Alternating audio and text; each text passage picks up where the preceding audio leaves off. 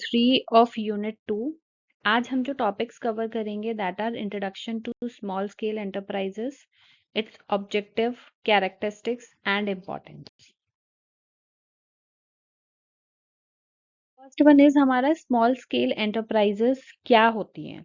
ये छोटे बिजनेसेस हैं जो लिमिटेड इन्वेस्टमेंट और वर्कफोर्स के साथ ऑपरेट करते हैं। इनका इम्पोर्टेंस समझना ज़रूरी है क्योंकि ये इकोनॉमी और सोसाइटी के हर सेक्टर में कंट्रीब्यूट करते हैं। अब इसकी डेफिनेशन वाले पार्ट में आ जाते हैं कि जो एसएसई यानी कि स्मॉल स्केल एंटरप्राइज, हम बार बार नहीं बोलेंगे इसे, सिर्फ एसएसई बोलेंगे, ठीक है। एसएसई का मतलब होता है कि ऐसे बिजनेसेस जो कम रिसोर्सेज, कम कैपिटल इन्वेस्टमेंट और स्मॉल टीम के साइज के साथ में काम करते हैं। ये लोकल नीड्स को कैटर करते हैं और इनोवेशन और एंटरप्रेन्योरशिप को प्रमोट करते हैं। फॉर एग्जाम्पल हम ले सकते हैं, लाइक कोई बेकरी शॉप ले लीजिए या फिर कोई टेलर की शॉप ले लीजिए जो आपके लोकल में है, ठीक है। अब नेक्स्ट इज हम इसमें देखते हैं क्लासिफिकेशन। तो ये दो तरीके की हैं, एक मैन्युफैक्चरिंग एसएसई और एक सर्विस सेक्टर, ठीक है। अब मैन्युफैक्चरिंग में हम बोलेंगे जिसका इन्वेस्टमेंट प्लान और मशीनरी में 10 करोड़ तक का होता है, उसको हम मैन्युफैक्चरिंग में डालते हैं। अब उसका एग्जाम्पल एक ले लेते हैं छोटा सा, लाइक कोई भी फैक्ट्री ले लो जिस जो आपकी नॉलेज में हो, लाइक एक फर्नीचर मेकिंग फैक्ट्री ले लो जो हैंडमेड प्रोडक्ट्स जो है वो बनाती है।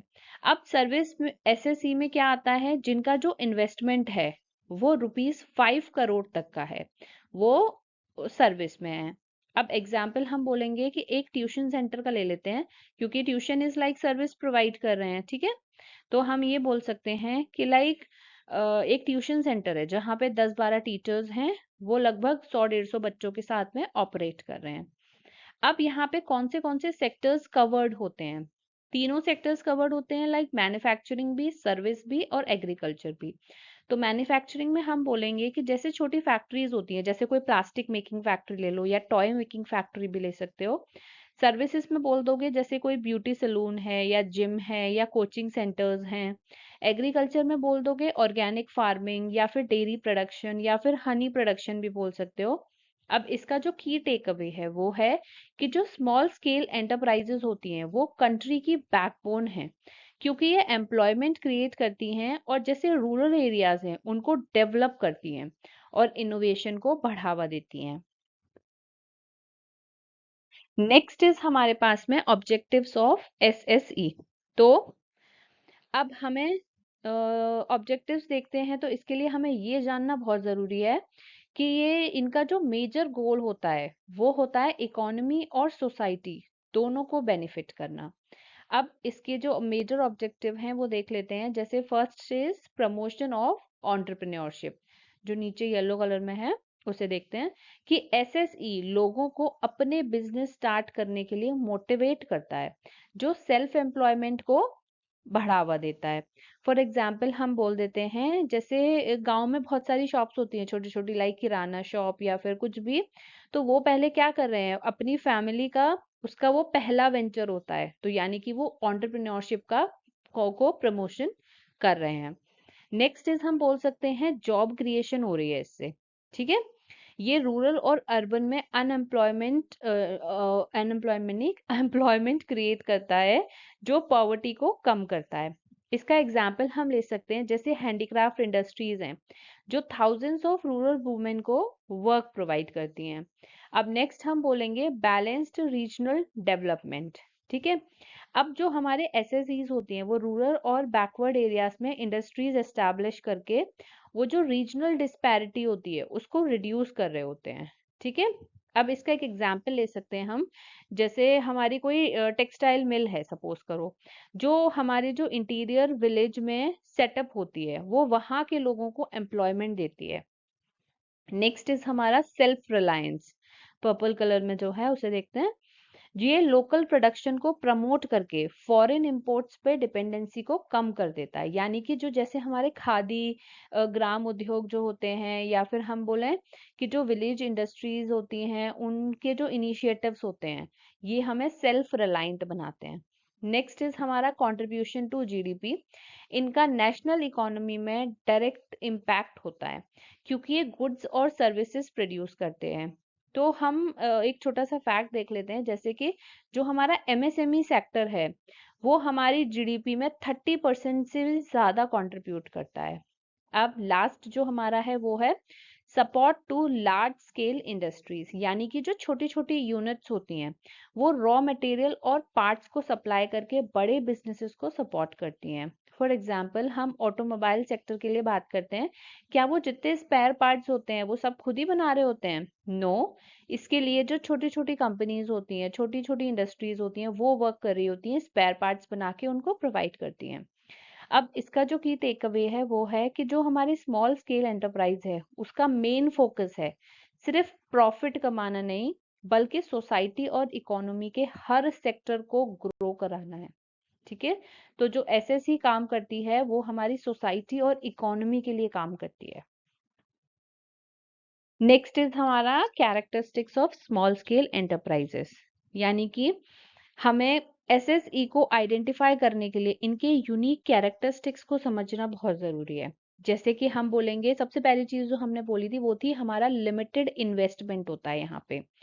ये कम कैपिटल और कम ऑपरेशनल कॉस्ट के साथ में काम करती है। जैसे एक टेलर होता है, या फिर हम बोले एक बुटीक वाली है, या फिर हम बोले एक पार्लर वाली दीदी है। मतलब ये लोग कितना में इन्वेस्टमेंट शुरू करते हैं? ये जो लोकल गलियों में जो होते हैं ये कितने में इन्वेस्टमेंट शुरू करते हैं? ये जो बेकरी होती है, किराना स्टोर है, छोटी सी शॉप में खोला हुआ है, तो यानी कि इनका जो इन्वेस्टमेंट होता है वो लिमिटेड होता है।